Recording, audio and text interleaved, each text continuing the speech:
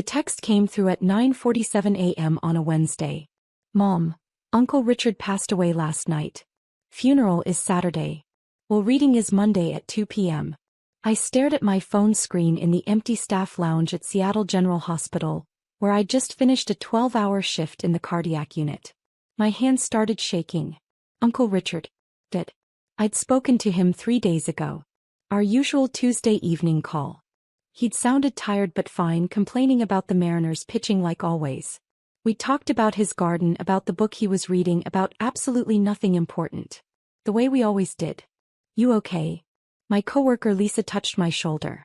My uncle died, I said quietly. Oh, Emma. I'm so sorry. I nodded, unable to speak past the tightness in my throat. I excused myself and went to my car, where I sat in the parking garage and cried for 20 minutes. Uncle Richard had been 78. I'd known this day would come eventually. Knowing didn't make it hurt less. My phone buzzed again. Mom, don't expect anything at the will reading. He barely knew. We were his real family. I stared at that message for a long time. Then I blocked out the pain and drove home to my small apartment in Capitol Hill, the one Mom loved to mention whenever she wanted to remind me that my older sister Melissa lived in a 4-bedroom house in Bellevue. The funeral was exactly what I expected. Mom and Dad arrived early in expensive black. Melissa came with her husband Brandon and their 2 kids. Kyle showed up late, reeking of cologne. I'd arrived an hour early to be alone with Uncle Richard before everyone else. The service was brief. The pastor spoke in generic platitudes. Melissa cried loudly. Mom dabbed her eyes. Dad stood stoic. I didn't cry. I'd already cried. Instead, I thought about Tuesday evenings. At the reception afterward, held at Mom and Dad's house in Medina, the family gathered in clusters. I stood alone by the window holding a cup of coffee I didn't want. Emma. Mom approached, her voice low. We need to discuss Monday. The will reading. Yes. She glanced around, then moved closer. Your father and I have been thinking. Richard's estate is substantial. The house alone is worth at least $1 million, and he had investments, savings. We're talking significant money. Okay. We were his immediate family. Your father is his only sibling. It's only natural that the bulk of the estate would go to us, with portions for you kids. I said nothing.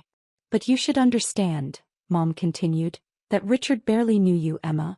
You visited him, a few times a year. Every Tuesday for 6 years, I thought. But you didn't know that. We were the ones who really cared for him, Mom said. We were his real family. So when the will is read on Monday, don't expect anything significant. Maybe a small token amount. That would be appropriate. Okay, I said quietly.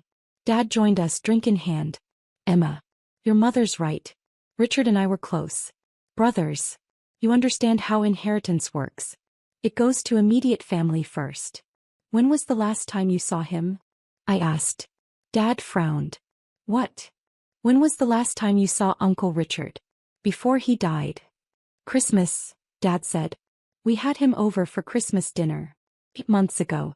They'd had him over for 4 hours on Christmas Day. I'd been there too. Uncle Richard had looked uncomfortable the entire time, surrounded by expensive decorations and expensive food and expensive people discussing expensive things.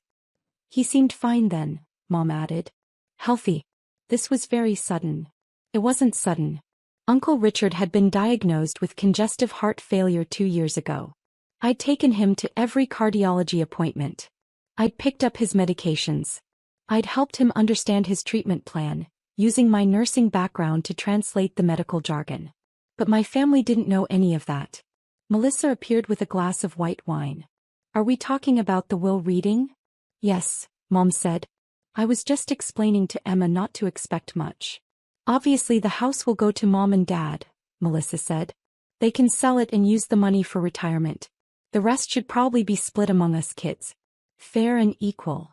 We'll see what Richard decided, Dad said carefully. Did he have a will? Kyle asked, joining our circle. Of course he did, Mom said. He was very organized. His lawyer called to schedule the reading. Everyone named in the will has to attend. Everyone? I asked. You, me, your father, Melissa, Kyle, Mom listed. And a few others, I assume. Probably some charities. Richard was sentimental like that. Sentimental. They thought Uncle Richard was sentimental.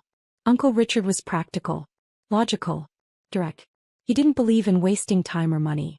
He'd worked as a structural engineer for 40 years, retiring at 65 with a solid pension and smart investments.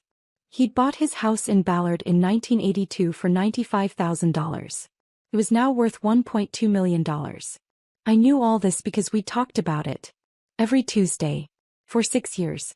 But my family thought he was just a sentimental old man who handed out candy to his nieces and nephews at Christmas. The reception wound down. I helped clean up as I always did while Melissa supervised and Mom directed. Dad retreated to his office. Kyle left early, claiming he had plans. "See you Monday," Mom said as I was leaving. 2:00. "Don't be late." "And Emma?" He touched my arm. "Try to dress professionally. This is important." I drove home thinking about the first time I'd really talked to Uncle Richard. I'd been 24, fresh out of nursing school, drowning in student debt. I went to his house to drop off something Mom had asked me to deliver.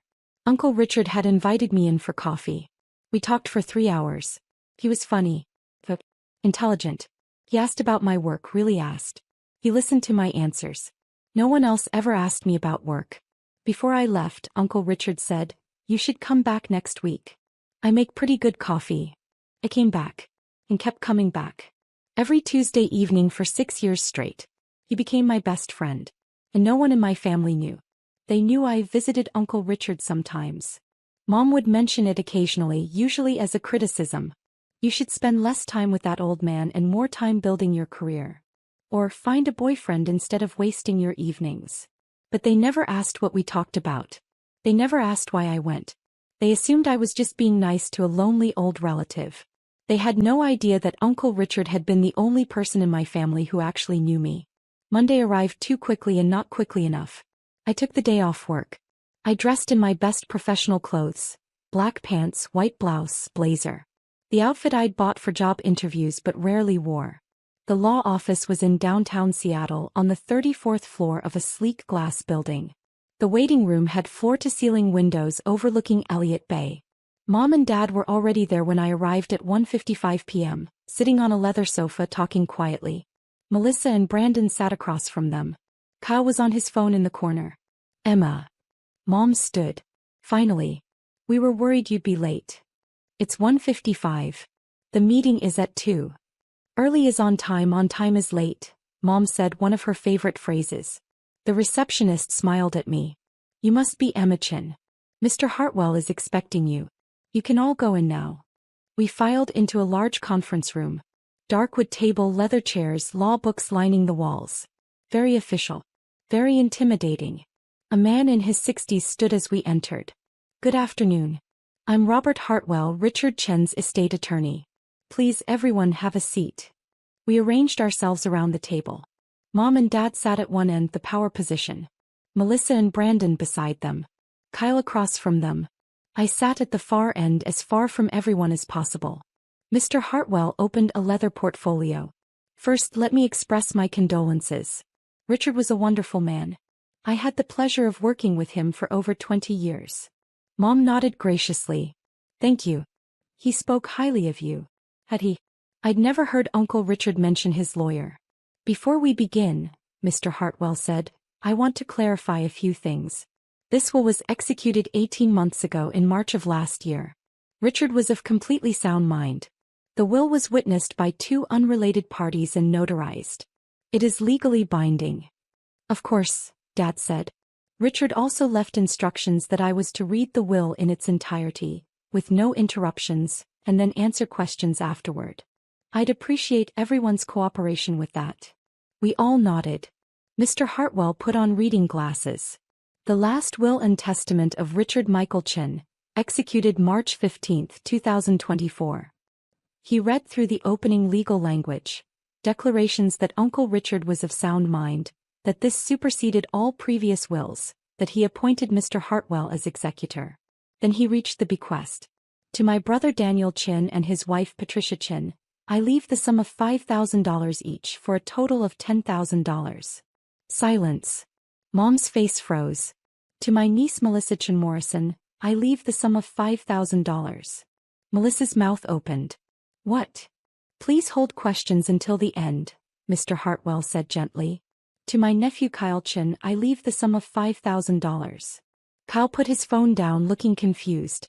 The entirety of my remaining estate, Mr. Hartwell continued, including my residence at 4728 Sunset Avenue, all bank accounts, investment portfolios, retirement accounts, personal property, and any other assets not specifically mentioned above, I leave to my niece Emma Louise Chin.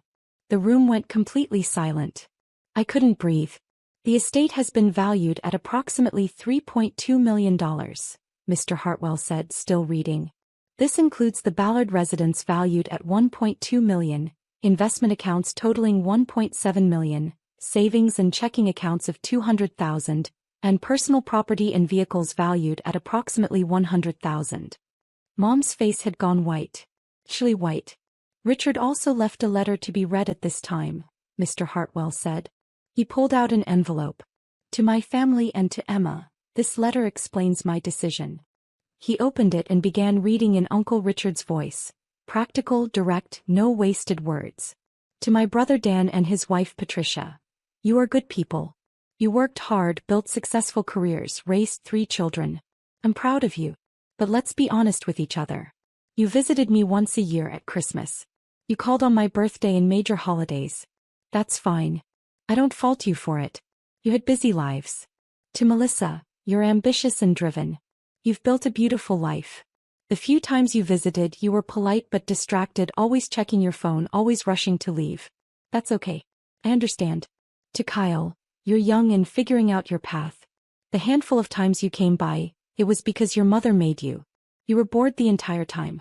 I don't blame you for that either. Here's the thing though. For the past 6 years, Emma has come to my house every single Tuesday evening. 6 to 8 p.m. Like clockwork. He never missed. Not once. She came when she was exhausted from 12-hour hospital shifts. He came when she was sick with the flu herself. She came during snowstorms and heat waves. She came when she had her own problems and worries. She didn't come because she had to. He came because she wanted to. We drank coffee. We talked. About everything.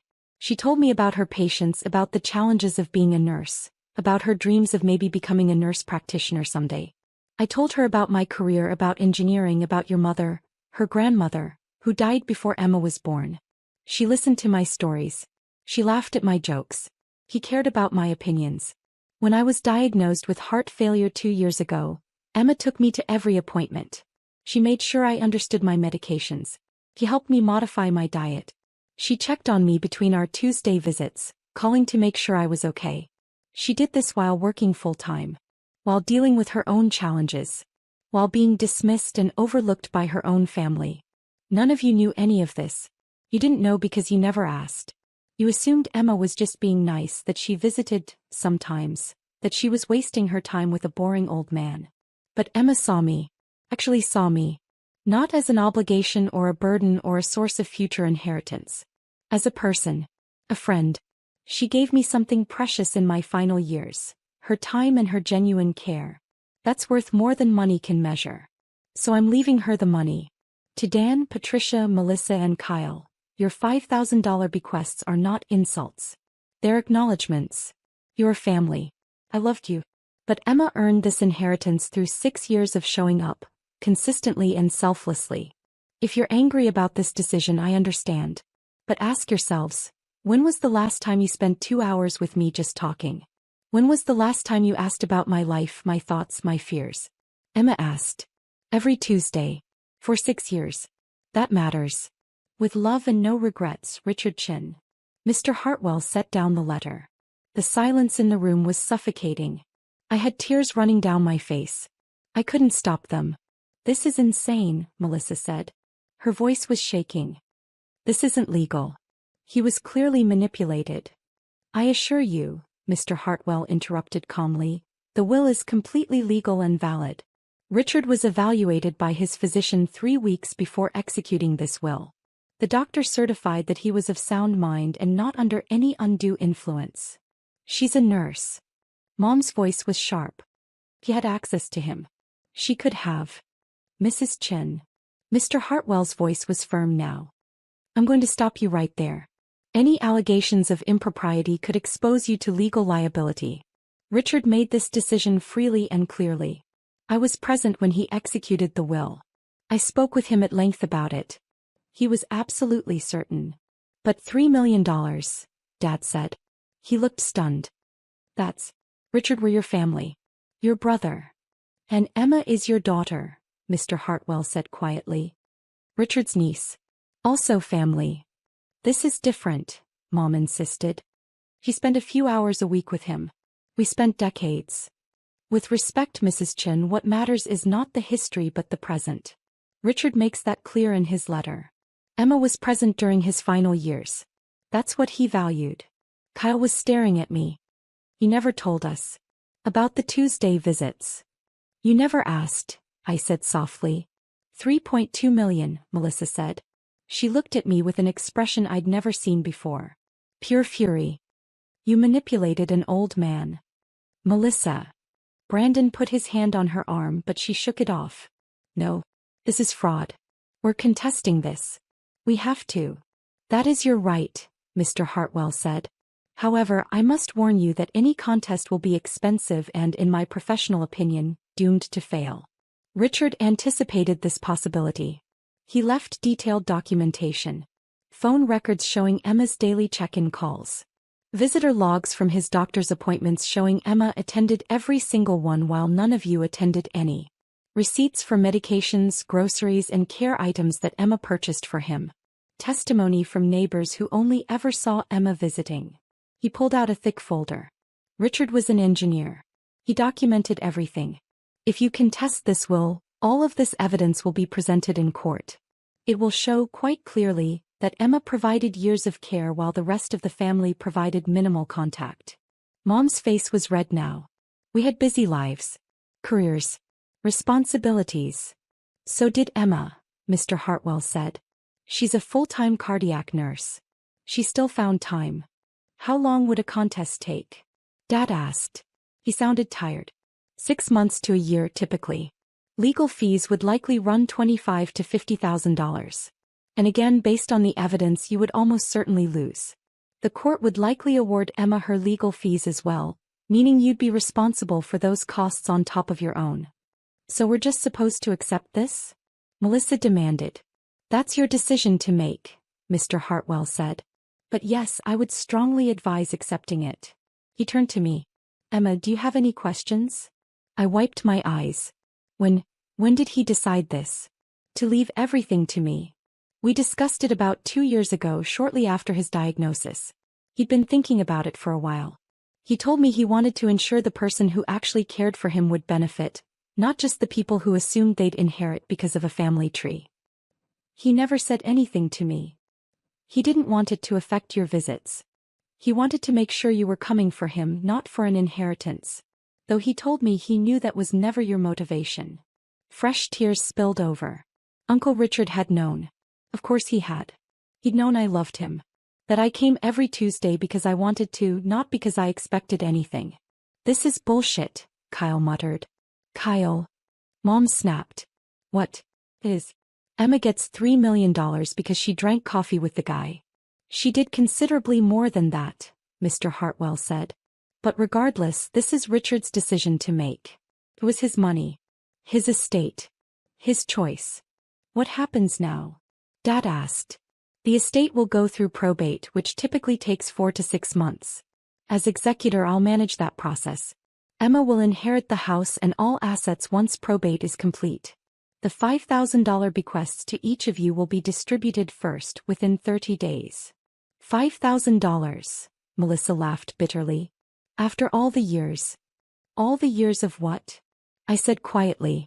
Everyone looked at me. All the years of visiting once? Of calling on holidays? Of treating him like an obligation? How dare you, Mom said.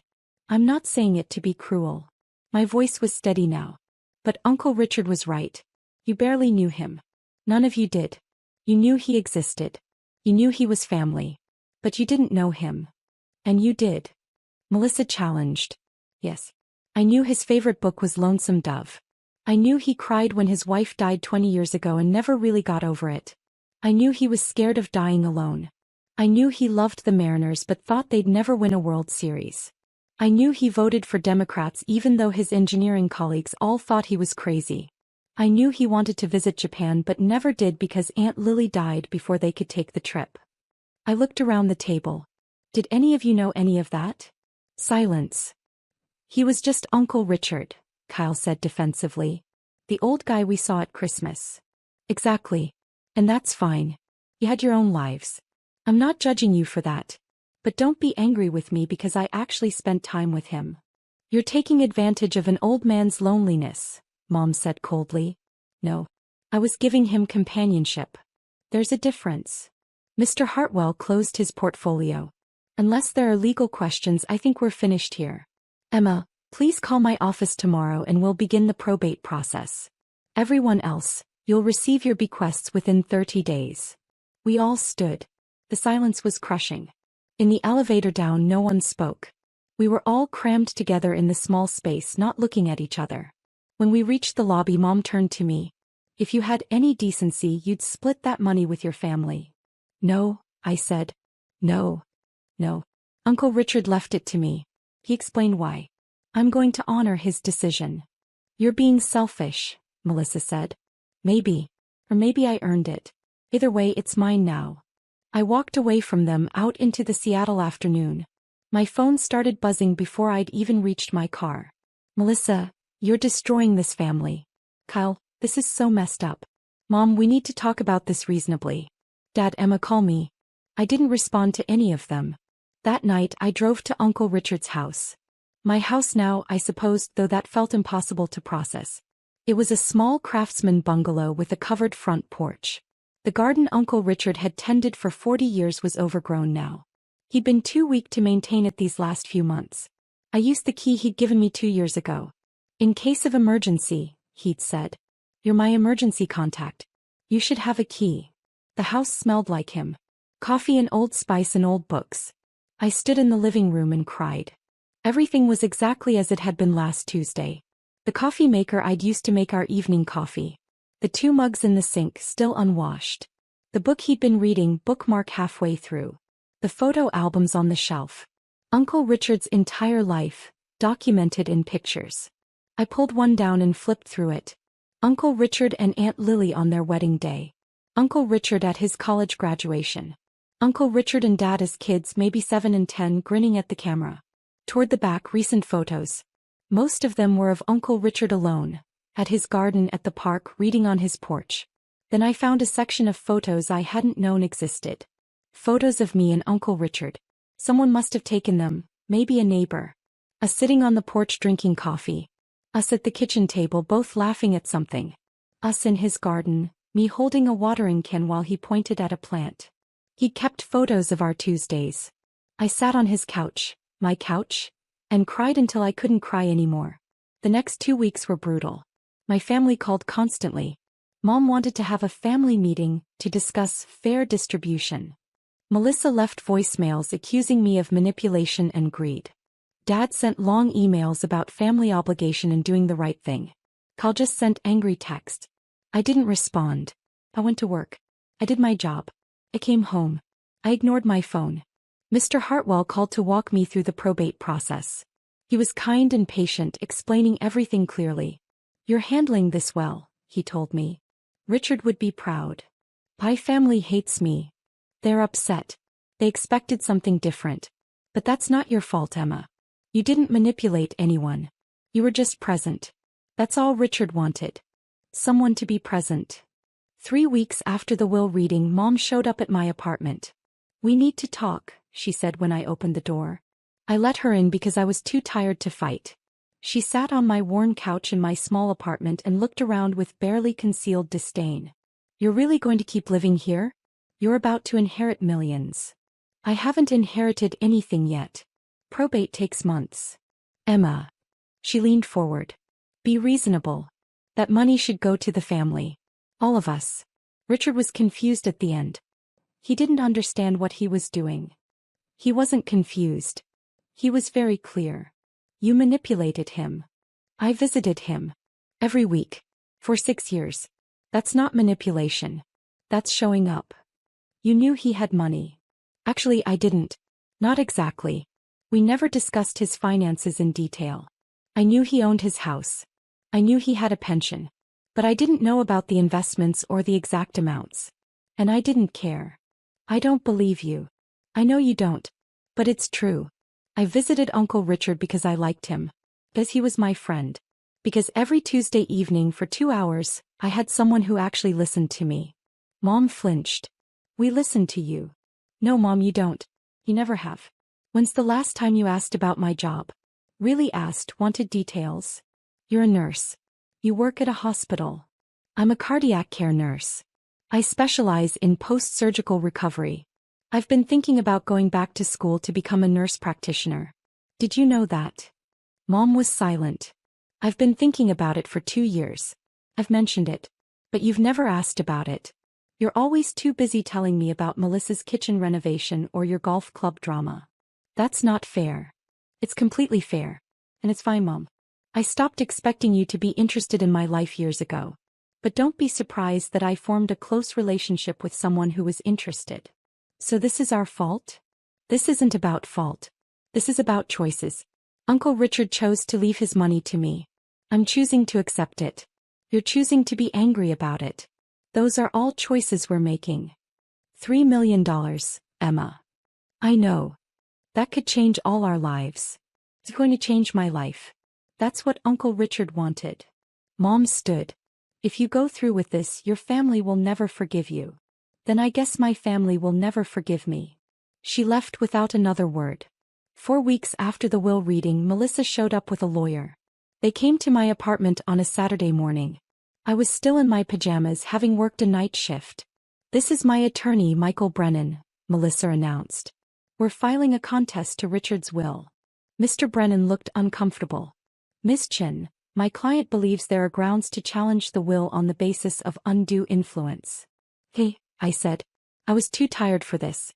We'd like to propose a settlement, he continued. Rather than going through expensive litigation, we're prepared to offer you a generous amount if you'll agree to split the estate more equitably. How equitably? 40% to you, 60% split among the other family members. I did the math. That would give me about $1.3 million. They'd split nearly $2 million. No, I said. Emma, be reasonable, Melissa said. We're being more than fair. Uncle Richard was clear about what he wanted. I'm not negotiating against his wishes. We will win in court, Mr. Brennan said, though he didn't sound confident. The evidence of undue influence is compelling. What evidence? You had exclusive access to Richard. You isolated him from his family. You're a medical professional who could have manipulated his medications or mental state. I'd like you both to leave now, I said calmly. Emma. Leave. Or I'll call the police and report you for harassment. They left. 2 hours later, I received a call from Mr. Hartwell. Your sister has filed a will contest, he said. I expected this. Don't worry. Should I be worried? No. Frankly, they have no case. I spoke with their attorney. He knows it too. He's doing this because Melissa is paying him to. But it will fail. How long will it take? 4 to 6 months for the court hearing. The judge will review the evidence and make a ruling. Based on what we have, I'm confident we'll prevail. And if they lose? They'll be responsible for their own legal fees, likely $25,000 or more. And the judge may award you your legal fees as well, which they'd have to pay. Total cost to them could be $50,000 or more. That seems like a waste of money. It is. But sometimes people need to learn lessons the expensive way. 5 months later, we sat in King County Superior Court. Judge Margaret Fisher presided. She was in her 60s, sharp-eyed and no-nonsense. Melissa's attorney, Mr. Brennan, presented their case. He argued that I'd had unusual access to Uncle Richard. That I'd isolated him from his family. That as a medical professional I could have influenced his mental state. He had no evidence of any of this. Just speculation and insinuation. Then Mr. Hartwell presented our case. He had phone records showing I'd called Uncle Richard daily for 2 years. Visitor logs from cardiology appointments showing I'd attended all 17 appointments while no other family member attended any. Testimony from Uncle Richard's cardiologist stating that Richard had been completely mentally competent until his final week. Testimony from 3 neighbors stating they'd only ever seen me visiting, never other family members except once a year at Christmas. He had receipts for medications I'd purchased, grocery receipts for food I'd bought him, receipts for the home health aide I'd hired out of my own pocket when Uncle Richard got too weak to manage alone. He had Uncle Richard's letter written in his own hand, explaining his decision clearly and rationally. Judge Fisher reviewed everything silently. Then she spoke. "I've practiced law for 35 years, she said. I've overseen hundreds of will contests. Most of them involve legitimate concerns. Questions about mental competency, suspicious circumstances, unclear intent. This is not one of those cases." She looked at Melissa. "Ms. Morrison, your uncle left a clear, documented explanation of his decision. He was evaluated by a physician and found competent. He had the right to leave his assets to whomever he chose." "But she manipulated," Melissa started. "No," Judge Fisher interrupted. "She visited him. There's a difference. A significant one." He turned to me. "Ms. Chen, the evidence shows you provided consistent, loving care to your uncle for years. You did so while working full-time as a nurse. You did so without any apparent expectation of inheritance. Your uncle valued that care. He chose to reward it. That was his right." Back to Melissa. "If you had wanted to inherit, you should have been present in his life. That's not manipulation on your niece's part. That's consequence." She banged her gavel. "Contest denied. Richard Chen's will stands as written. Furthermore, given the weakness of this case and the clear evidence against it, I'm awarding Ms. Emma Chen her legal fees, to be paid by the contesting party." Mr. Hartwell leaned over and whispered, "That's $12,000 they now owe you." Melissa stood abruptly and walked out, her face red. Outside the courtroom, Mom and Dad were waiting. "You're really going to let them make us pay?" Mom asked. "I didn't make that decision. The judge did. You could waive it. Show some family compassion." "No," I said. "You chose to contest the will. You lost. These are the consequences." I walked away from them for the second time. 6 months after Uncle Richard's death, the estate cleared probate. I took possession of the house, the bank accounts, the investments, $3.2 million. I sat in Uncle Richard's house, my house, on a Tuesday evening drinking coffee like we used to. The house was quiet. Too quiet. Uncle Richard had wanted me to build the life I deserve. I thought about what that meant. I called Mr. Hartwell. "I want to set up a scholarship fund for nursing students who are first-generation college students working their way through school. $50,000 a year. That's very generous. Uncle Richard paid for his own college by working construction. He'd appreciate this. I'll set it up. And $100,000 to cardiac research. In his name." I made my decisions over the following weeks. I moved into the Ballard bungalow with its memories of Tuesday evenings. I enrolled in a nurse practitioner program at the University of Washington. 2 years part-time, no loans needed. I hired a gardener to restore Uncle Richard's garden to how it looked when he tended it. The scholarship fund's first recipient was a 22-year-old single mother. She cried when I told her. I cried too. My family didn't speak to me for months. Then Kyle texted, "Hey, can we talk?" We met at a coffee shop. "I wanted to apologize," he said. "I was angry, jealous. But you didn't steal anything. You earned it." What changed? I realized I can't remember a single real conversation with Uncle Richard. Every time I saw him, I was on my phone. I didn't care about him. I just cared about what he could give me. We talked for an hour. Really talked. "I don't know if Mom and Dad will come around," Kyle said. "Or Melissa. But I'm glad Uncle Richard left everything to you. You deserved it."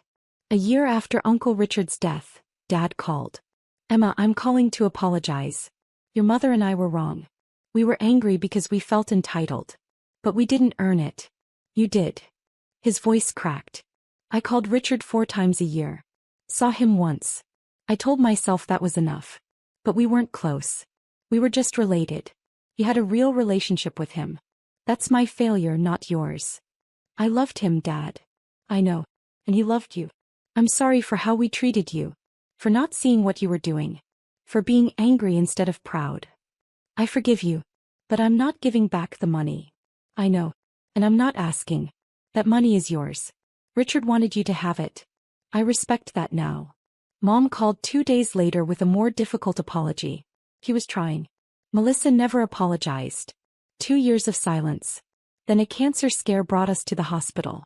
I visited with flowers. Why are you here? She asked. Because you're my sister. And because I'm a nurse. And because I know how scary this is. We both cried. It was a start. 3 years after Uncle Richard's death, I completed my nurse practitioner degree. I took a job at a cardiology clinic specializing in heart failure patients, the same condition Uncle Richard had. I helped patients understand their medications, their prognosis. I made sure no one faced their diagnosis alone. It felt like honoring Uncle Richard's memory. I still lived in his house. On Tuesday evenings I'd sit on the porch with coffee and talk to him about my week, my patients, my life. The scholarship fund had helped 12 students. 3 graduated and became nurses. They sent thank you cards with photos in their scrubs. Uncle Richard would have loved that. My family relationships slowly healed. Dad and I talked every few weeks. Mom was trying. Kyle and I rebuilt something real. Melissa and I worked on it over coffee. It would never be perfect. But it was something. I thought about Uncle Richard's gift often. Not just the money but what it represented. Someone had seen me. Had valued me. Had loved me. He'd given me the knowledge that I was worth showing up for.